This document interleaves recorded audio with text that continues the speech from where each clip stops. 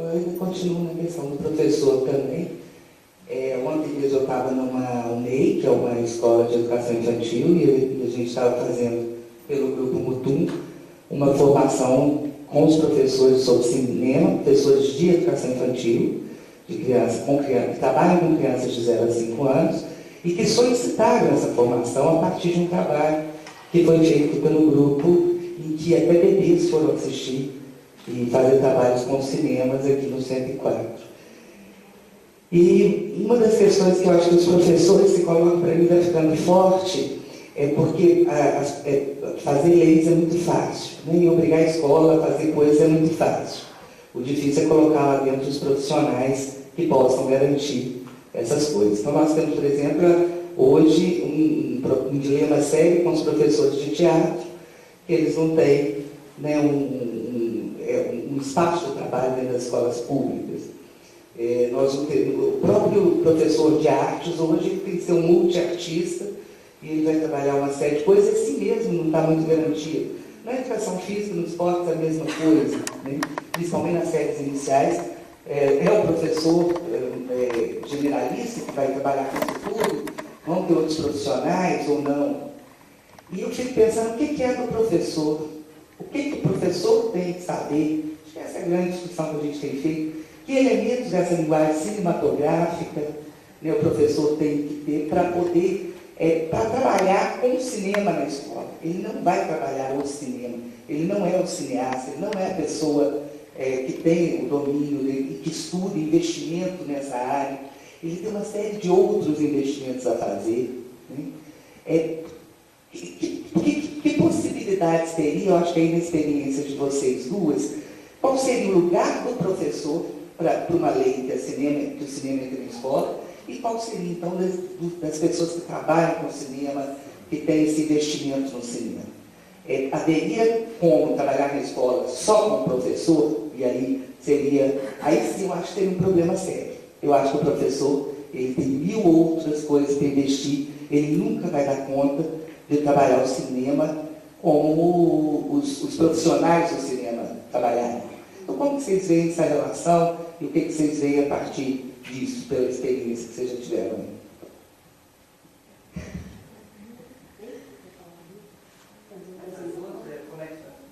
Então, eu vou falar para você dessa questão, sem dúvida, surge não só pela própria escola, como surgem também pelas pessoas de fora da escola que trabalham na produção. Né? É uma tensão que se estabelece e que não é só no cinema, eu diria você, ela está em todas as outras áreas de conhecimento também. Né? Mas, em especial aqui na discussão do cinema, a gente se depara com situações assim. A escola, a gente faz o trabalho, a formação, ou leva no seminário, e aí muitos professores chegam no final e falam assim, olha só, mas eu não sei mexer com isso. Você não tem, aí às vezes entra uma parceria, vai direto na escola, aí chega lá e faz o filme, realiza o filme, edita o filme e entrega o filme para a escola. Aí a gente fala, não é assim que a gente quer, porque você chega lá, usa um computador maravilhoso, um programa de edição pago, faz uma edição maravilhosa, um equipamento de última geração e larga a escola lá depois. Né? A gente discute com os parceiros isso. Só que a escola, algumas escolas adoram, porque ela fala assim, ótimo, porque tem alguém que faça. E eu, como eu sou professora, eu não tenho que mexer com isso. Então isso é uma tensão constante. Por outro lado, você tem professores que dizem assim, poxa, eu comecei a descobrir uma série de coisas que eu não sabia e que eu podia me apropriar para fazer o meu trabalho de educador a partir dessa experiência. Então, nós acreditamos assim, principalmente no ensino fundamental, a gente não está na escola formando cineasta. A gente não está na escola formando o diretor de filme, o roteirista. No ensino fundamental, isso é coisa para especialização, para o cara perseguir lá na vida dele, se ele quiser. Agora, eu também vou te dizer que muitos meninos nossos, de 7º, 8º, 9º ano especialmente, que já são adolescentes, 12, 13, 14 anos, 15 anos, né, estão hoje no ensino médio e buscando a universidade. Tem meninos que foram de SEC, de Grêmio, de Conselho de Escola Comunidade, que foram monitores do cineclube, que hoje estão fazendo faculdade de cinema a partir da experiência. Não é uma consequência, mas você na escola abre caminhos para dar a ele amplitude no leque de escolhas para a vida dele. Então, se o professor tem repertório, né, o que você perguntou, o que o professor tem que saber? O professor, ele precisa se apropriar desse objeto de conhecimento como tal.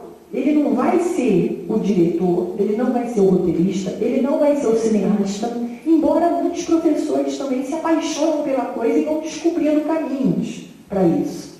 Agora, ele tem que ter acesso ao repertório. Ele tem que conhecer da linguagem, porque como ele tem que conhecer dos conteúdos básicos de todas as áreas com as quais ele atua. Se ele é um professor de ensino fundamental dos primeiros anos, ele é um generalista, né? Como eu sou, fui formada na escola normal, para trabalhar na alfabetização, até a antiga quarta série, agora o 5º ano do ensino fundamental, como professora que trabalhava língua portuguesa, matemática, história, geografia com os meninos, que é o que acontece até hoje com esse professor. Ele não é historiador e ele tem que trabalhar história. Ele não é geógrafo, tem que dar geografia. Ele não é matemático, tem que trabalhar com matemática. O que faz a nossa formação básica?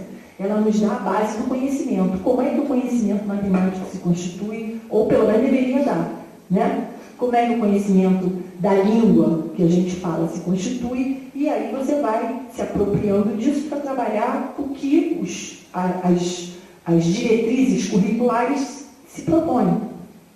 No Rio, a gente tem trazido progressivamente os professores especialistas do ensino do 2º segmento para atuar no 1º segmento. Isso já acontece com artes, já acontece com língua estrangeira e já acontece com educação física.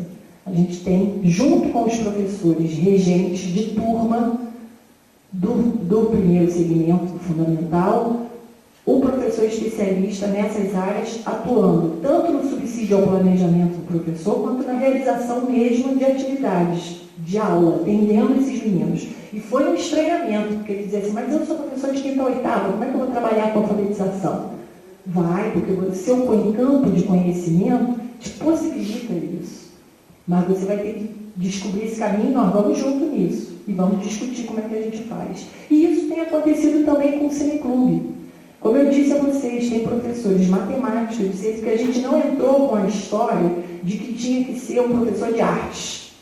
Ou um professor da sala de leitura, que no nosso caso lá trabalha com diferentes linguagens para formar um leitor que dialoga com vários tipos de texto e suportes textuais. Seria esse cara. Mas a gente não impôs essa condição. A gente propôs o seguinte, a gente convidou os professores a pensarem o seguinte, você quer ser articulador do projeto? Então a gente vai dar a mão e vamos junto. Você não vai inventar a roda e nem vai sair de uma cachola, né, vai tirar um coelho da cartola para fazer a mágica. A gente vai aprender, mas você tem que gostar de fazer isso e querer aceitar esse desafio. Então a escola, muitas vezes isso começa com o professor, por isso que eu disse que um dos desafios nosso maior é contagiar o diretor da escola, porque como a Inês disse, as condições não são dadas previamente, né? Elas muitas vezes são construídas, conquistadas a ferro e a fogo num cotidiano que se... Agora, tem que ter um cara apaixonado pela coisa, que queira fazer a coisa. Então, a gente tem professor de história, de educação física, de arte, né? Só uma perguntinha, isso entra no horário dele? Ou é um a mais? Ele tem uma bolsa? Não. É mais horas de trabalho? Não. Isso é crucial. Esse é um ponto importante. A mais rede, trabalho. A rede, lá no Rio, a gente tem um programa de formação continuada. Então, os professores de sala de leitura, por exemplo, têm, dentro da carga horária dele, semanal de atividades, o horário para a formação. Então, ele pode participar de um evento, de um workshop, tudo que concorre para a formação dele, os cursos que a gente oferece ou não.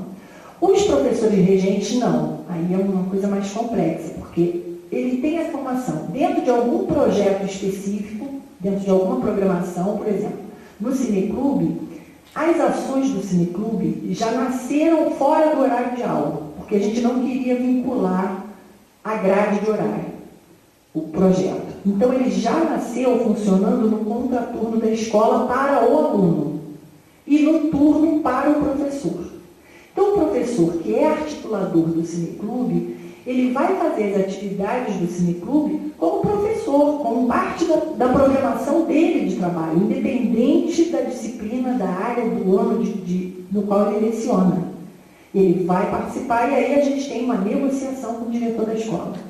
Vai oferecer o curso do cineclube no mês de março, vai começar o curso do cineclube. A sua escola participa do cineclube. Você tem professor articulador do cineclube. Então, você cria aí com o seu grupo uma forma, uma estratégia, que é a palavra que agora é a palavra que ninguém gosta de ouvir na rede, que tudo é estratégia, né?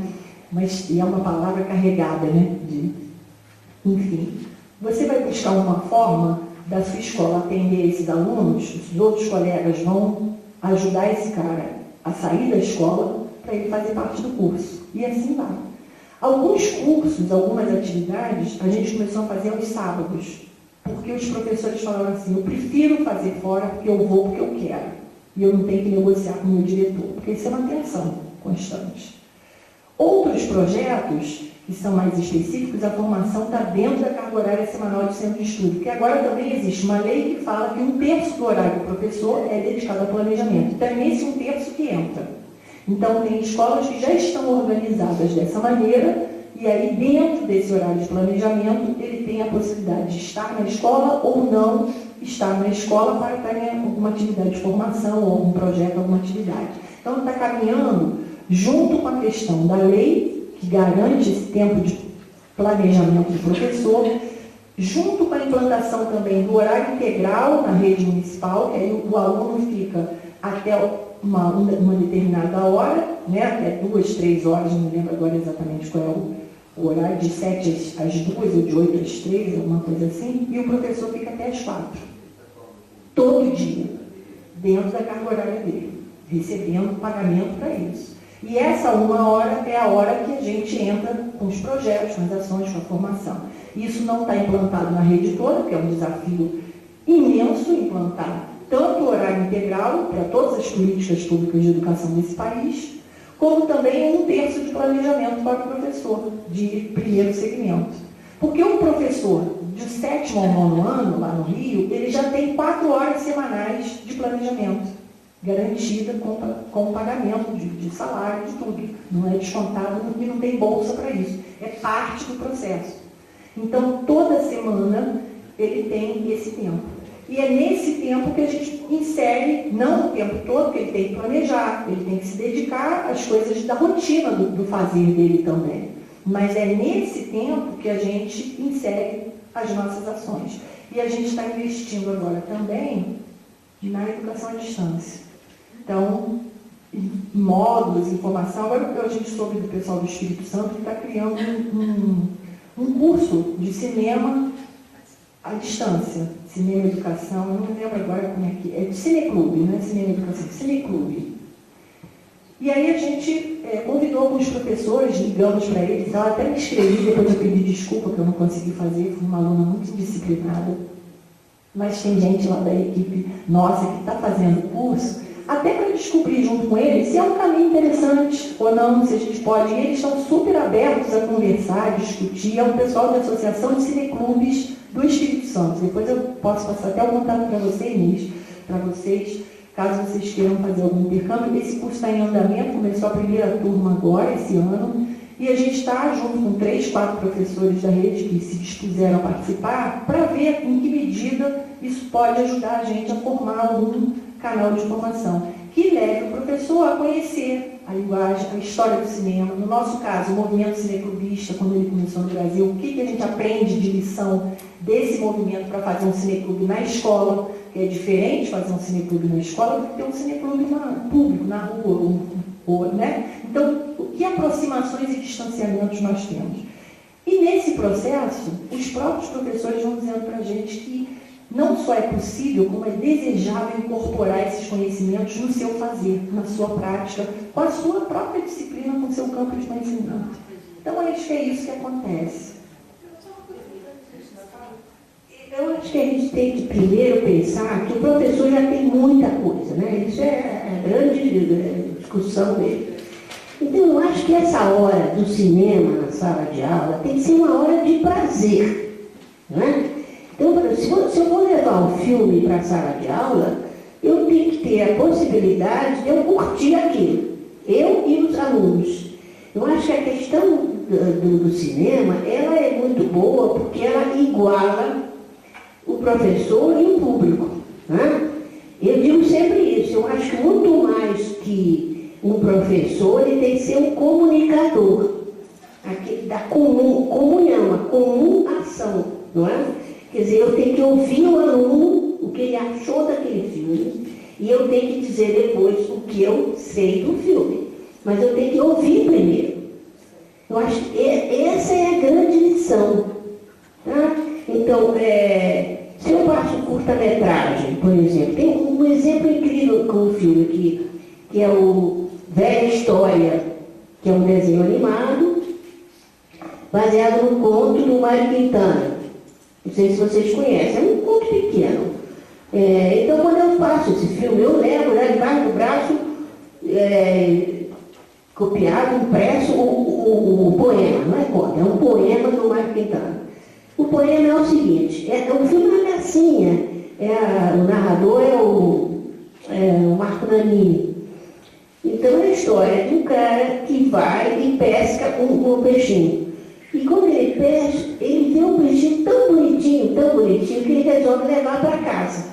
Aí ele tira o anzol com muito cuidado, passa um mercúrio lá, ele cura o peixinho e vai para casa com ele, bota no bolso da calça e ele passa a passear pela cidade toda com aquele peixinho. Então ele vai para o café, ele senta, lê o jornal, toma um café, o peixinho fica tomando um suquinho de laranja e o tempo todo eles ficam amicíssimos. Mas no final ele diz assim, eu não posso fazer isso com você. Tirar você da sua família, da sua mãe, seu pai, os seus irmãos, eu vou devolver você ao mar. Aí o poema é lindo, ele diz, aí ele pega aquele peixinho, vira para o lado e para não chorar, e aí ele joga o peixinho no mar. E o peixe morre afogado. Esse filme é incrível, porque você bota a discussão para os alunos. Ai, professora, que besteira! Peixe morrer afogado? Como isso é possível? Aí vira essa outra aluna e diz assim, você não entendeu nada, isso é um poema. Um poema é assim. Se você abre a discussão, você vai ouvir os alunos direitinho, tudo. Depois você vai falar. Aí você diz, olha, esse é um poema do Mário Quintana, vou mostrar para vocês, aí distribuo para todo mundo o poema, entende? E é uma animação com massinha. O que é o desenho feito com massinha? Como é essa técnica?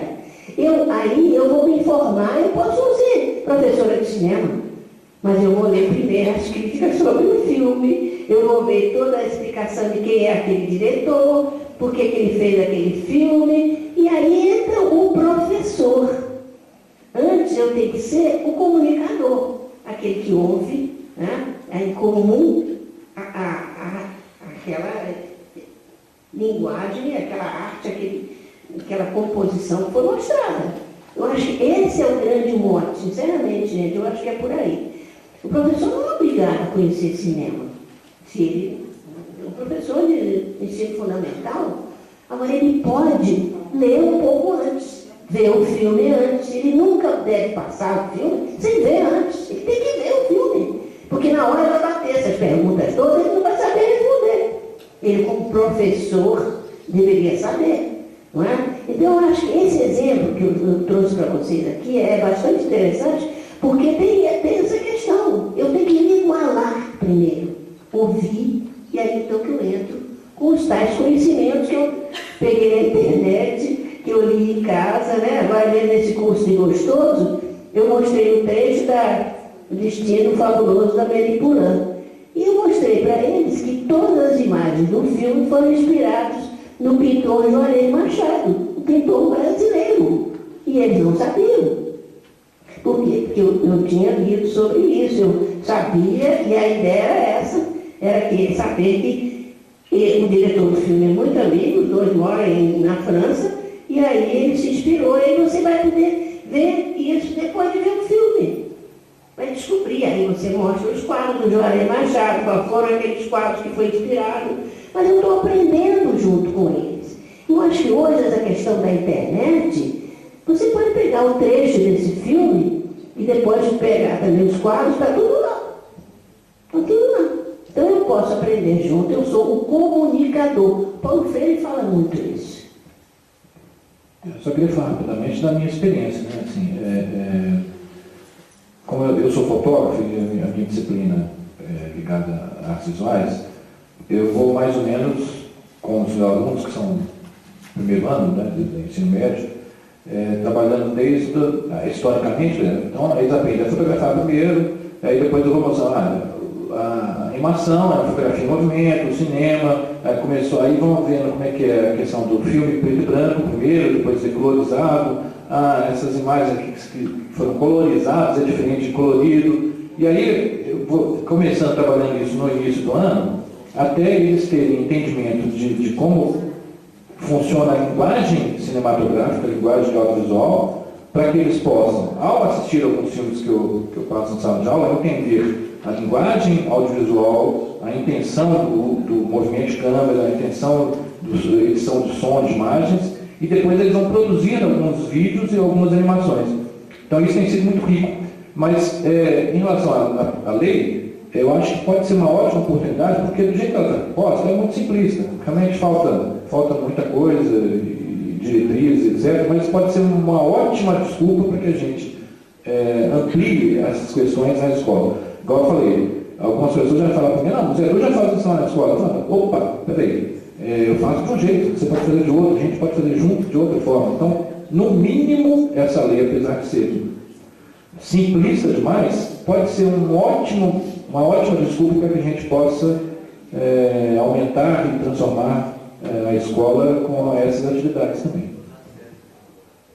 Para encerrar, antes da próxima pergunta, uma coisa, um exemplo concreto, assim, enquanto a gente está aqui conversando, né, eu estava vendo aqui apitou aqui, eu fui ver uma mensagem, a gente tem uma equipe na secretaria que é interdisciplinar e que faz acompanhamento permanente às escolas, faz visitas regulares.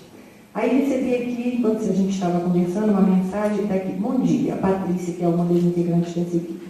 Querida Simone, estou acompanhando uma escola na 4ª Coordenadoria Regional para o lançamento do caderno de férias e me deparei com um evento na sala de leitura. Cada livro virou um vídeo. E aí ela me mostra uma sequência de fotos e depois me mostra o nome da escola.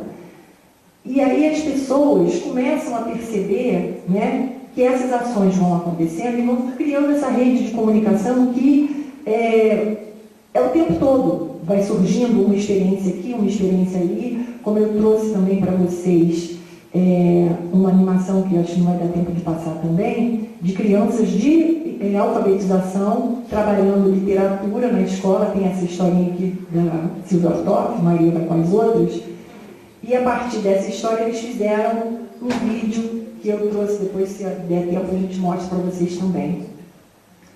E são professores alfabetizadores, professores da educação infantil. Então, o que acontece? A gente começa a fazer essa pergunta, já tenho muita coisa, e isso é mais uma coisa, né? Essa é a primeira aproximação. Aí a gente faz a pergunta inversa. Você acha que essas coisas não deveriam estar na escola? Você acha que a escola não pode ter um nível de apropriação por ela, pelo seu grupo, pelo seu coletivo, para traduzir isso numa experiência concreta? Ou você acha que isso é impossível? Isso só vai ser possível se eu tiver o especialista da área para dar conta disso para mim. Vamos parar para pensar nisso, nos outros componentes também, dos outros campos de conhecimento. E aí, é claro, é lógico e é muito saudável que a gente tenha essa convivência, porque o projeto, ele também pressupõe isso. Quando a gente encontra com o Jorge Furtado, não é porque o Jorge Furtado é bonito, maravilhoso e é importante, é para ver, do olhar de quem produz, quais são as questões e trazer esse olhar para quem não é da produção, mas está trabalhando com a recepção, está trabalhando com essa apropriação da linguagem para refletir, para conseguir ressignificar coisas, para trabalhar a questão estética, a sensibilidade, né, dessa pessoa. Tem vários outros componentes que estão envolvidos nessa questão. Agora, para isso, ele tem que querer. Tem que partir desse espaço e tem que partir desse questionamento que é anterior a tudo isso, que tem a ver com a fala introdutória aqui da Inês, de pensar o seu lugar, a sua sala de aula, a sua escola, como um lugar de invenção. Se você não tiver esse pressuposto, você vai continuar achando assim, o que eu tenho que fazer, o que a Maria Aula tem que fazer, qual é o meu território, qual é o dela, e não qual é o nosso, qual é o possível e qual é o desejável, que está para além desse possível imediato que a gente tem aqui, que é permeado pela história da nossa formação, que é disciplinar, que é compartimentalizado, que é fechado em campos de conhecimentos estanques.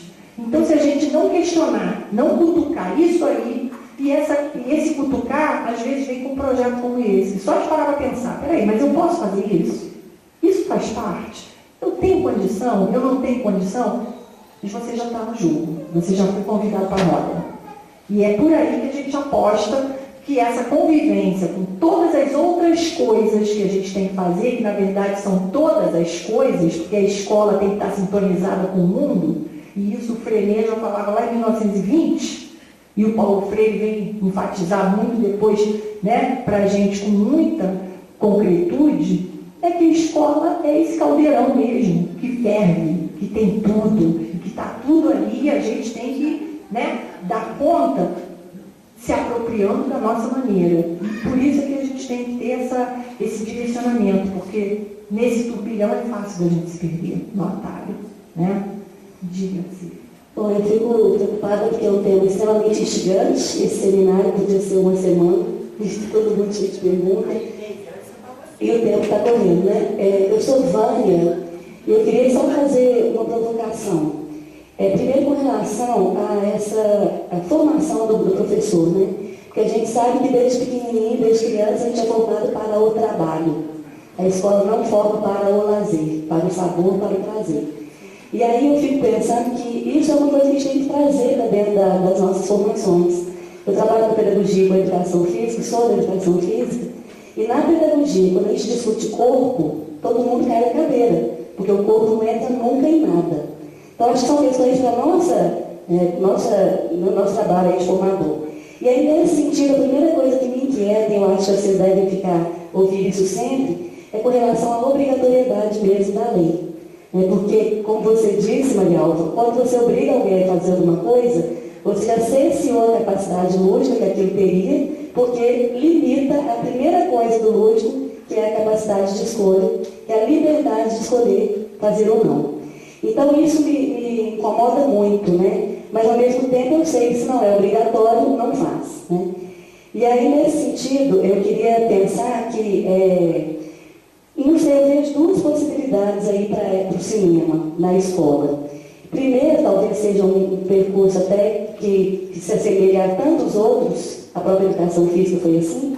Quando se torna obrigatório na escola, eu tenho um pouco de receio de que isso se transforme numa disciplina. Até porque a gente já tem as faculdades de cinema. Pode ser que esses profissionais que estejam formando, que não vão estar atuando na produção do cinema, comecem a pleitear o lugar dele na escola como professor. E aí vai fazer licenciatura em cinema. Então, nesse sentido, ao invés de a gente estar trabalhando numa perspectiva de complexidade, né, estar unindo os conhecimentos, a gente vai estar fragmentando ainda mais. Então, essa é uma questão que eu queria trazer. E a outra, que pode ser um movimento também ao contrário, né? Se a gente começar a pensar no lazer, no cinema na escola, depois do teatro na escola, no circo na escola, eu acho que teria que ter circo, porque a educação física não dá conta do circo, infelizmente. Nesse sentido, eu fico pensando que o cinema pode estar trazendo para nós a grande possibilidade de pensar na complexidade dentro da escola e fazer com que a escola, que a educação física já entrou, já endureceu. Sobre a educação física, ela já endureceu. E aí eu penso que pode ser a possibilidade de trazer uma provocação desse repensar. Porque a gente não tem dono, então todos nós somos donos, aí a gente teria que reorganizar os tempos e os espaços escolares, né? Porque não tem que ser fora da aula, não, né? Tem que ser durante a aula. Só que nós temos que pensar novos tempos, novos espaços, uma nova organização da escola, que não dá para ser disciplinar mais, que seria a escola plural, né? O pensamento plural e tal. Então, acho que nesse sentido, da transdisciplinaridade e tudo mais, a gente está com uma pérola nas mãos, né? Para trazer a discussão do lazer, do saber, que para mim o lazer é um campo mais amplo. Eu sou pesquisadora de lazer. E o cinema é uma das possibilidades, não é a única.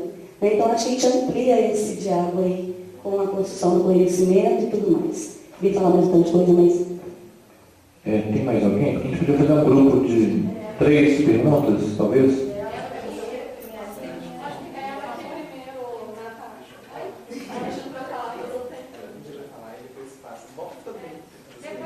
Eu acho que 3 no máximo, senão acaba que a gente também fica assim. Olha, quando os laboratórios de informática chegaram na minha escola, ProInfo, ProUca, os netbooks, eu fiquei encantada, com tanta ignorância. Eu pensei que eu sabia tão pouco de alguma coisa. E aí é o seguinte, eu corri atrás de formação. Não foi fácil, porque eu fiz 3 anos e meio de ciência da computação, um curso que não tem nada, que eu não era o público-alvo desse curso. Então, assim, procurar uma formação, gente, uma grade curricular que me atenda enquanto professor de educação básica não está fácil, não. Principalmente primeiro e segundo ciclo. Né? Os cursos ainda têm aquela grade curricular quase igual a minha que eu formei. Eles não estão ainda atendendo a questão tanto da tecnologia que se refere na coisa. Então, eu fico pensando assim no cinema. Né? Então, a gente, é uma coisa também que a gente tem que se preocupar com a formação desse professor que está chegando. Onde eu vou procurar essa formação? Porque trabalhar cinema, do jeito que está sendo trabalhado, né? Pega um filme hollywoodiano mesmo, né? E passa para os meninos depois só para terminar o horário, todo mundo vai embora, sem discussão nenhuma. Então, eu tenho sim que saber onde eu procurar essa formação. E é isso que me preocupa. Porque às vezes só ler não vai me dar o know-how para eu trabalhar com isso de forma diferenciada. Não é?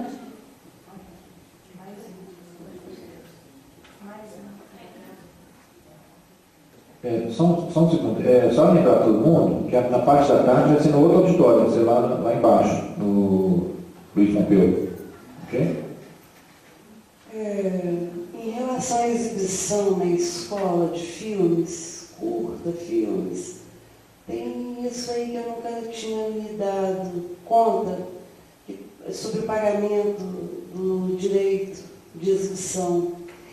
Por exemplo, desculpa, grosso modo, assim, não é cópia de filme, não é essa a questão, mas para um xerox de um livro, você tem 10%. Exibição você poderia fazer com o mínimo de pessoas, quantas vezes? Como que é isso? Tem alguma fundamentação? Aí você fala mais ou menos onde a gente procura esse tipo de coisa, porque acho que ninguém, pelo menos eu trabalho em 2 escolas, já trabalhei em outras anteriormente, nunca tinha ouvido falar nisso. Vão responder essas. Okay. Bom, a atividade fora do horário da aula, né? Não é só fora do horário da aula, ele nasceu fora do horário da aula como uma possibilidade de expandir o tempo do menino na escola. Porque quando o projeto começou, ele começou dentro das escolas que já funcionavam dessa maneira, né? Com atividades, que logo depois veio o programa do governo federal chamado Mais Educação, que financia atividades, né, culturais, artísticas, educacionais, fora do horário da sala de aula, para que amplie a jornada, já no sentido de apontar para uma escola de horário integral. Então, coincidentemente, essas 30 escolas polo já funcionavam antes desse Mais Educação dessa maneira. E aí a gente achou que seria interessante começar o projeto tirando ele da sala de aula, justamente por medo de não cair, de virar uma disciplina, de ter um cara que dá aula do cineclube na escola. Então, ele fora dava um arejamento, uma compreensão, era mais para mexer mesmo também com o imaginário dos professores, de que, bom, se é fora, eu tenho que imaginar como vai ser. Ele não está a priori. Hoje, a gente tem escolas que continuam funcionando dessa maneira e tem escolas que funcionam dentro do seu horário, como disciplina eletiva, como um horário dedicado a essa atividade, seja para ir ao cinema, seja para fazer sessão, seja para produzir, seja para, enfim, para várias atividades ligadas ao projeto. E tem escola que funciona dentro e fora do horário de aula simultaneamente, porque depende do número de professores mobilizados, do número de alunos monitores, do espaço físico da escola disponível para isso. Então a gente não tem uma regra. A gente propõe que a escola busque esse caminho de acordo com o seu projeto pedagógico e com a sua forma de acontecer, de fazer acontecer. Então não tem uma única regra para o cineclube acontecer na escola. A gente tem as diretrizes, os combinados. Você vai fazer tantas horas de exibição por mês, que é o que a lei agora propõe. Antes era uma exibição por mês no mínimo. Você vai ter 1 ou 2 ou 3 ou 10 professores articuladores que vão participar do projeto, que vão fazer as ações de formação, que vão multiplicar isso para os outros professores dentro da escola. Você tem alunos monitores que vão fazer isso, e podem inventar isso, aquilo, ou mais que quiser. Então, os pressupostos estão dados. A gente dá a régua e o compasso. Mas como é que ele vai fazer o riscado? Depende. Numa realidade de 1000 e tantas escolas, só no projeto são 250, né? Escola que estão na beira da praia mais conhecida da nossa cidade, que é Copacabana, como tem escola no alto da favela, no morro, como tem escola na zona rural, que você abre a janela e passa boi e passa boiada. Então não dá para eu ter uma regra, escolas que têm muitas salas amplas, escolas que têm salas pequenininhas, então isso não existe, não tem como. É reinventando cada espaço em cada condição. E a gente junto, apoiando, apontando o caminho, que às vezes a escola não consegue sozinha enxergar possibilidades. Porque ela está tão amarrada, arraigada no seu funcionamento fechadinho, como ela disse, na forma que a gente nossos corpos foram disciplinados, né, para atuar naquela maneira, que você não sabe assim, olha só, mas aquele espaço ali, você não pode usar ele para isso? E não tinha pensado nisso. Então a gente está junto, fazendo essa mediação e dando esse caminho da possibilidade para ela continuar caminhando sozinha. E nisso entra a questão do prazer e do dever, né? Uma dualidade que é anterior até a essa discussão nossa aqui, e está presente na discussão central do que é fazer a escola. E do que é fazer a escola hoje. Porque essa pergunta e essa resposta têm diferentes sentidos ao longo da história da educação. Então a gente entende e aposta que o prazer faz parte e que o prazer também é uma via de conhecer. Porque parece que você no prazer está ao bel prazer, não está aprendendo nada, é só fruição espontânea. Você pode aprender muita coisa quando você tem um envolvimento. E às vezes, nem sempre também, o prazer também não pode ser também romantizado, né? Ler é um grande prazer, ver cinema é um grande prazer. Às vezes a gente sofre com o filme, às vezes a gente briga com o filme. Como a gente briga com a literatura, com o autor, às vezes é trabalhoso, às vezes você começa a ler um filme e fala, não consigo ver esse filme, para. Às vezes você começa a ler um livro, você não avança, você fala, não estou entendendo nada. Aí depois de um tempo você volta naquele livro, você vai embora e vê de uma leitura só. Porque a gente está em constante movimento. Então o prazer, a gente acha que ele tem que estar presente, mas ele não pode ser identificado também. Porque se eu não me alegrar, se não for prazer, esse prazer superficial, né, da alegria, da euforia, não vai valer a pena. Não é prazer, não é legal. E às vezes é luta, é como diz o poeta, lutar com as palavras. Né? Então, esse prazer é entendido como afetação, como cutucar o outro, como deslocar a gente do nosso lugar. Seja porque a gente está rindo muito com alguma coisa, ou porque a gente está chorando muito com essa coisa. Então é nessa dimensão que a gente entende a relação e a dualidade prazer e dever. Né? Depois, a formação, o acesso difícil à formação. Sem dúvida que a lei também é um pretexto para que os cursos de graduação, de pós-graduação, né, os sistemas de ensino também se repensem. Né? E isso a gente vê hoje, a lei da biblioteca. Até 2020, todas as escolas públicas desse país têm que ter uma biblioteca com um bibliotecário. Cadê o bibliotecário?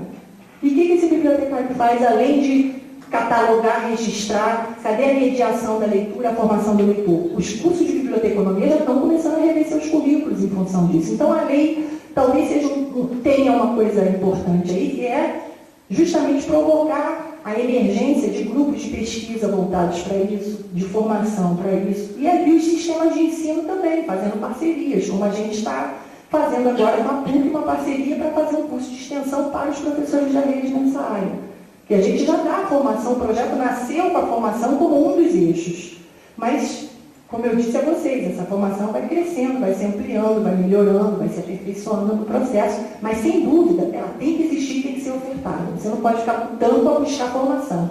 Imagina, tudo que se deseja é um professor desejoso de formação, de aperfeiçoamento, né? E quando você tem esse profissional e você não tem o que oferecer a ele, alguma coisa está errada nessa história. Então esse motor tem que girar e a gente tem que se mobilizar para reivindicar isso. Acho que agora é o movimento de se mobilizar para fazer a regulamentação da lei, apontar esses caminhos em todos os níveis e esferas envolvidos nesse processo, né? E a questão do direito de exibição, rapidamente, assim, a gente descobriu isso no processo. Então, se você pega um filme e leva para sua casa, pegou na locadora, quando você aluga o filme, você já paga ali embutido o direito de exibição. Mas é exibição privada, é na sua casa. Se você bota esse filme na varanda da sua casa e convida 10 vizinhos, você já pode ser multado pelo ECAD. Porque caracteriza a exibição pública. Tá, mesmo que você tenha comprado numa loja especializada. Sim, porque você comprou aquele objeto com uma finalidade privada, não de exibição pública. Então, é lógico que no nosso país não há mecanismos eficientes de fiscalização. Então, você fica na roleta russa. Pode ser que aconteça com você, pode ser que nunca aconteça com você a sua vida inteira em mais 2 encarnações. Entendeu? Aí, exibição na sala de aula é considerado, depende do humor de quem está fiscalizando. Porque até em cineclube, como o Cine Santa, lá em Santa Teresa, já houve um episódio muito engraçado que aconteceu, e eles, engraçado agora, né? Eles relatam isso, eles estavam lá exibindo um filme, e aí chegou lá o fiscal e falou assim, mas cadê a arrecadação? Ele disse, mas a gente está exibindo aquele pessoal sem fim lucrativo. Não, mas você tem que pagar a taxa. Então ele falou assim, mas quanto é a taxa? É 10% do valor do ingresso que você paga? Uma coisa assim, não sei o termo exato agora. Aí ele disse, então tá bom. Gente, o ingresso custa 10 centavos. Aí todo mundo deu uma moeda de 10 centavos. Ele arrecadou 10% do que foi arrecadado, que deu perto de R$1. E aí ele deu para o cara e falou, pronto, está aqui. Isso aconteceu num cineclube no Rio de Janeiro. Um cineclube que é, a princípio, filiado à associação, que tem uma rede de acesso a... Mas porque naquele momento, naquele dia, naquela exibição, naquele filme, tinha alguém mal-humorado que resolveu. Então, assim, como nas escolas aconteceu durante muito tempo, lá no Rio, pelo menos foi forte, a proibição de executar músicas em festa junina, festa da escola, sem que pagasse, se a gente não pagasse o direito ao ECAD. E aí as festas passaram a tocar só música instrumental feita pelos alunos. Isso foi forte lá no Rio de Janeiro. Depende do vento, do humor de quem está fiscalizando. Agora, a lei diz isso. Na letra fria da lei, e é por isso que a gente diz que ela tem que se aperfeiçoar, que ela tem que melhorar nesse sentido, é que, caracterizando a exibição pública, você tem que pagar. E aí, como é que você faz um projeto que você quer obrigar a passar filme se você tem que pagar toda vez essa taxa? Então, quando foi lançada aquela coleção aqui, que a Inês faz parte, né? A escola vai ao cinema, o negro vai ao cinema, a mulher vai ao cinema, a gente começou a discutir, a ler os filmes lá, e eu conversei com ela num determinado seminário, e falei, olha, é muito legal, é bom a gente ter, como vocês apresentam aqui no site, filmes indicando ao professor um roteiro, uma forma de analisar, uma forma de discutir bacana, mas quem é que vai garantir a presença desse filme lá na escola? Isso tem que vir junto, essa discussão precisa estar vinculada, e a lei não trata disso. Pelo menos até o momento não há regulamentação para isso. E as pessoas não sabem, porque historicamente, a gente como professor vai lá na Americana, compra um DVD, tem um colega, dá uma cópia aí, você me empresta, a gente passa lá na escola e ninguém faz nada, ninguém é preso por isso. E até se acontecer uma situação dessa, a gente ainda vai entrar numa esfera de discussão, criar uma utilização pedagógica, tudo mais, não sei o quê. Mas é fato. E aí, quando você fala de um projeto que extrapola o uso individual de cada professor, mas se torna uma política pública, você não pode ter uma política pública capenga. Isso tem que estar junto, isso tem que ser tratado, isso tem que estar no domínio das pessoas, porque as pessoas não sabem disso. Quando a gente fala isso para o professor, é a mesma coisa de fazer um filme, faz um filme muito bonito, aí pega a música americana, ou a música, até como já deu problema, uma música da Marisa Monte num filme, e ela falou assim, mas quem me pediu o direito para usar minha música nesse filme?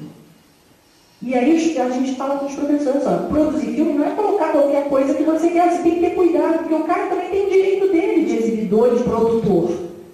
Então você tem que respeitar isso e andar conforme a lei estabelece. Então muitos professores hoje, quando produzem filme, ou ele pede, manda uma cartinha para o compositor, para o dono da música, do que ele quer usar na produção dele, e consegue essa liberação, ou ele faz a própria música com um professor de música, que é o que mais tem acontecido lá. A trilha sonora do filme da escola é feita com um professor de música, o cenário é com um professor de artes.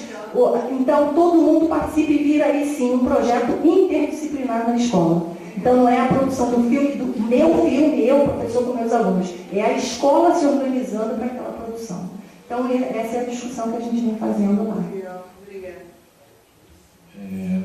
Mais perguntas? Quem quer fazer?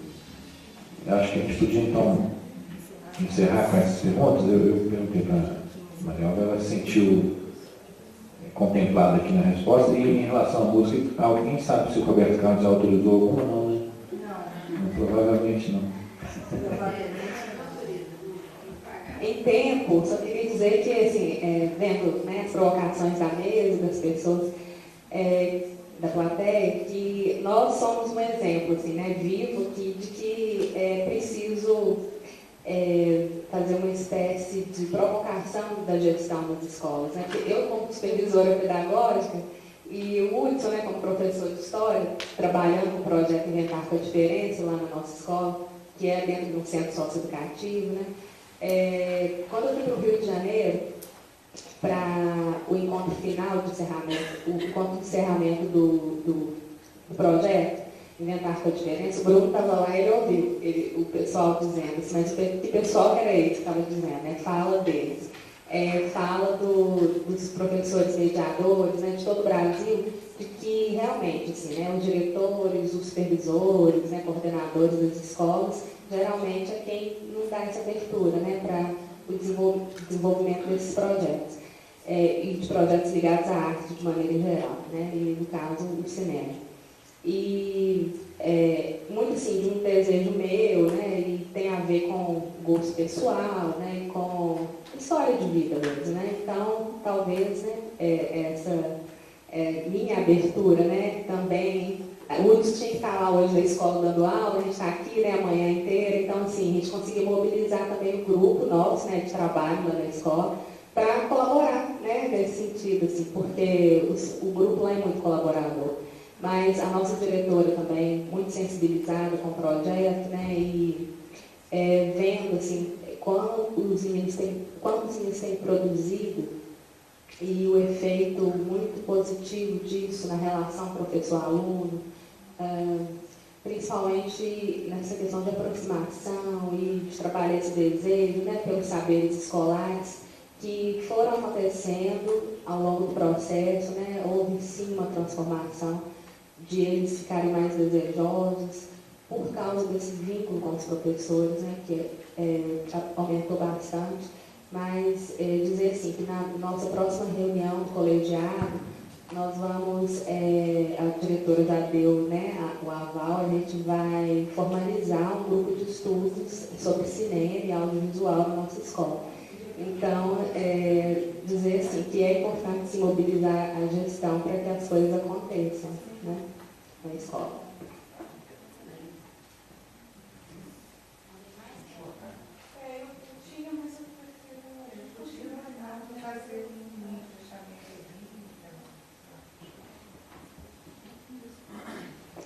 Em relação ao curta, eu acho que assim, já são 12h20, né? Eu acho que talvez a gente possa passar a tarde mesmo. Que quanto tempo? A gente pode abrir a sessão da tarde com o curso. Isso. Ao invés das 15, não. Mas vai ser a altura. Não, acho que podia passar os dois. Eu acho o seguinte, só combinar de começar o curso às 14. Porque aí, tem gente que vai ficar por aqui, tem gente que vai para mais longe ou volta, não sei, mas eu acho que se a gente esperar o público, todo mundo chegar para começar, sempre atrasa um pouquinho. Então a gente passa 2 curtas a partir de 14.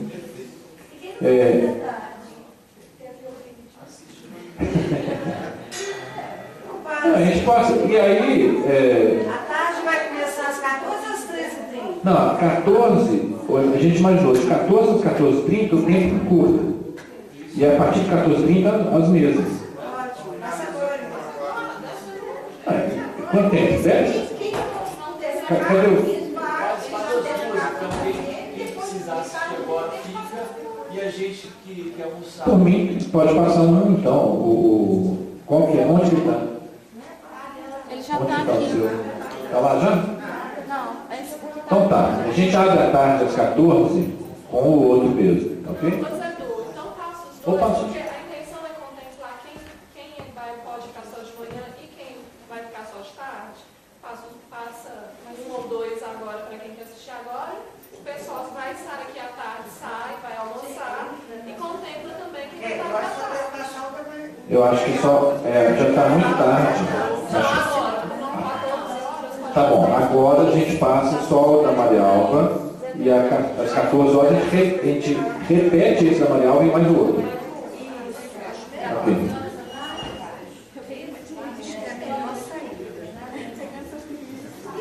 A gente fala muito. A gente, olha eu botando os outros comigo na fogueira. Sou eu que falo de baixo. Calma, só uma pessoa.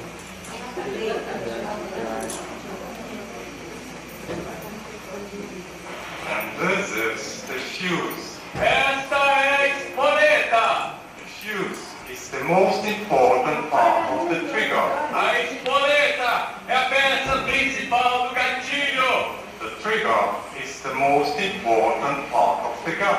O gatilho é a parte principal do canhão. So, no fuse, no gun. Logo, sem espoleta, sem canhão. Any questions? Alguma pergunta? Gentlemen, here it is. The wait for 30